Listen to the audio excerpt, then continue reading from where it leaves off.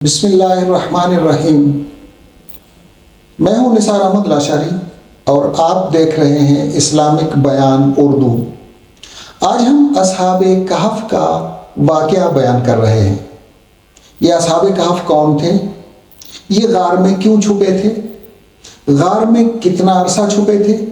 پھر یہ غار سے باہر کیسے نکلے؟ اور یہ غار اس وقت کہاں پر ہے؟ ان تمام سوالوں کے جوابات آج ہم معلوم کریں گے۔ حضرت عیسیٰ علیہ السلام کے دنیا سے گزرنے کے بعد ایک مشرک اور بت پرست حکمران دقیانوس کے نام سے بادشاہی کرتا تھا۔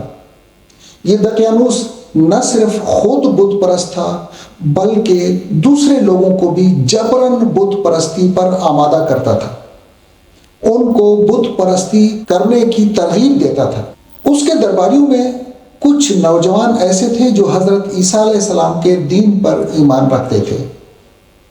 وہ اپنے اس دین کو اور ایمان کو بچانے کی خاطر اس کے دربار سے بھاگ کھڑے ہوئے اور بڑا لمبا سفر اختیار کرنے کے بعد کسی پہاڑی چٹان کی غار میں جا کر پناہ لی۔ یہ غار اس قسم کا تھا کہ یہاں پر ہوا اور روشنی تو آ سکتی تھی لیکن بارش کا پانی آنا ممکن نہیں تھا۔ بادشاہ کے سپاہی ان لوگوں کو ڈھونڈتے ہوئے جب وہاں غار تک پہنچے اور ان کو سوتا ہوا پایا تو انہوں نے بادشاہ کو اطلاع کی۔ بادشاہ نے غصے میں آ کر وہاں پر دیوار لگوا کر بند کروا دیا کہ اب ان کی یہیں پر قبر بننی چاہیے، اور یہ دیوار کی چنائی کا کام جس شخص کے حوالے کیا گیا وہ بھی حضرت عیسیٰ علیہ السلام کے دین پر ایمان رکھتا تھا۔ اس شخص نے بادشاہ کے حکم کی خلاف ورزی نہ کرتے ہوئے دیوار تو تعمیر کر لی، لیکن اس دیوار میں ایک صندوق کے اندر اس غار میں موجود لوگوں کے نام لکھ کر اور یہ تحریر کر دیا کہ یہ تحریر اس لیے لکھی جا رہی ہے تاکہ بعد میں آنے والے لوگ جب اس دیوار کو گرائیں، اس غار کو کھولیں تو اس غار میں موجود لوگوں کے بارے میں انہیں پتہ چل سکے۔ ایک لمبا عرصہ گزرتا رہا۔ قرآن مجید کہتا ہے وَنُقَلِّبُهُمْ ذَاتَ الْيَمِينِ وَذَاتَ الشِّمَالِ وَقَلْبُهُمْ بَاسِطٌ ذِرَاعَيْهِ بِالْوَسِيدِ۔ ہم ان کا پہلو تبدیل کرتے رہے۔ کبھی اس کروٹ پر ہوتے تھے تو وہ کروٹ لے کر دوسری کروٹ پر سو جاتے تھے۔ ان کی نیند لمبی ہوتی گئی اور سینکڑوں سال گزر گئے۔ قرآن مجید کہتا ہے وَلَبِثُوا فِي كَهْفِهِمْ 300 سِنِينَ وَازْدَادُوا 9 309 سال تک وہ غار میں سوتے رہے۔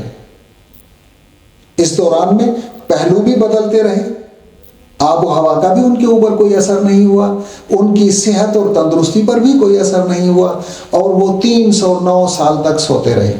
جب وہاں سے بیدار ہوئے تب انہیں بھوک محسوس ہوئی۔ اس زمانے میں ایک بادشاہ بیدروس یا بیدروسس کے نام سے حکومت کرتا تھا۔ دقیانوس کو گزرے ہوئے 300 سال گزر چکے تھے۔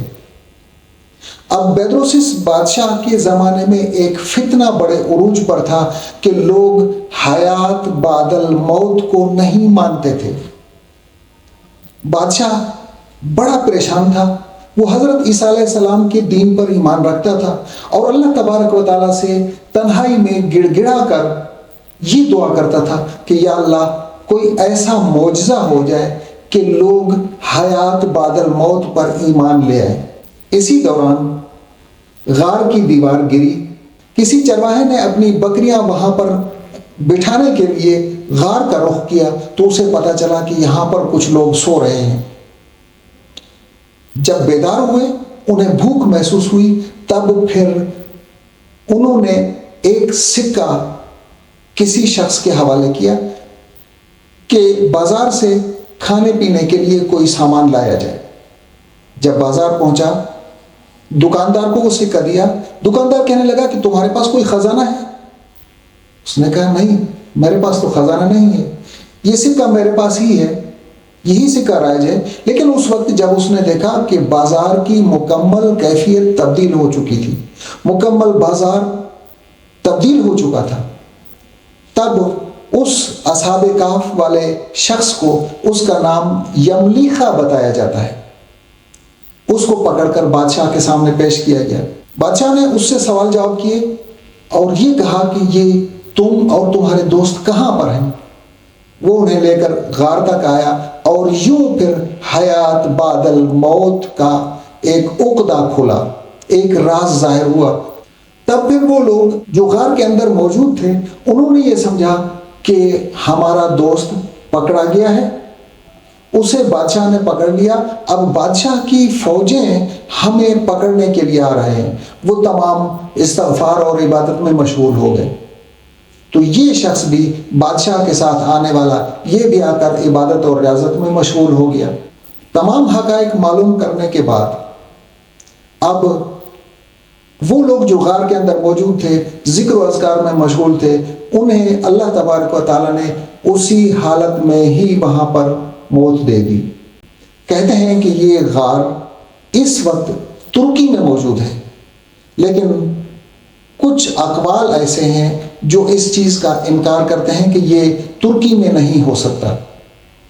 کچھ لوگ کہتے ہیں کہ یہ غار جارڈن میں ہے، جس کو عمان کہا جاتا ہے، اور غالب گمان یہ ہے کہ عمان سے چند کلومیٹر باہر کوئی پہاڑی سلسلہ ہے اور یہ اس پہاڑی سلسلے میں ہی غار آج بھی موجود ہے۔ اس تمام واقعے سے سبق یہ ملتا ہے کہ اللہ تبارک و تعالیٰ اپنے دین پر عمل کرنے اور اپنے دین کی حفاظت کرنے والوں کی اللہ تبارک و تعالیٰ خود حفاظت فرماتا ہے۔ جو شخص خالصتاً اللہ تبارک و تعالیٰ کا ہو جاتا ہے تو اس کے تمام اعمال اللہ تبارک و تعالیٰ اپنے ذمے لے لیتا ہے، اس کے تمام مسائل اللہ تبارک و تعالیٰ خود حل فرماتا ہے۔ جو شخص اگر خالصتاً اپنے دین کو بچانا چاہے تو اس کی اور اس کے دین کی حفاظت اللہ تبارک و تعالیٰ خود فرماتا ہے۔